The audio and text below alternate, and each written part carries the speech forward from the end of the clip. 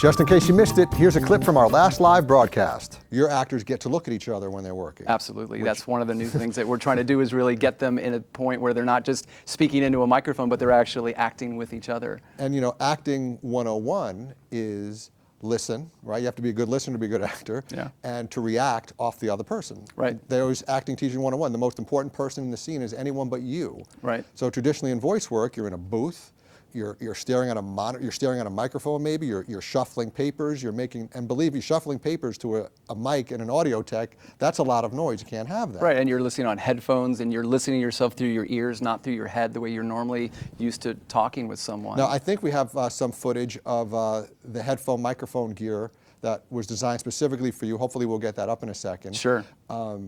And that facilitates the actors being able to look at each other. Right? Yeah, so I went to the guys. There we go. I went to the guys from Technoprops, and what we did is we designed these custom head rigs where the actors can actually wear these microphones and they can interact with each other. We have on this stage that we're looking at here, we have 3 65-inch screens and a 40-foot stage where the actors can actually move and perform and talk to each other, and that way I get the fidelity of each of the actors individually instead of having a boom operator trying to get everyone together. In games, we traditionally need all the dialogue separated, and this way we can record the actors separately, very high fidelity, and they can act and react to each other.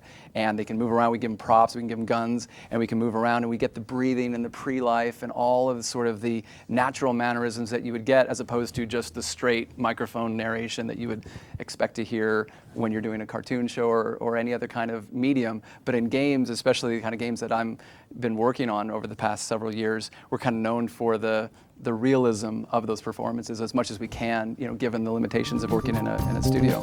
Filmnut live Wednesday nights only on the Stream.tv.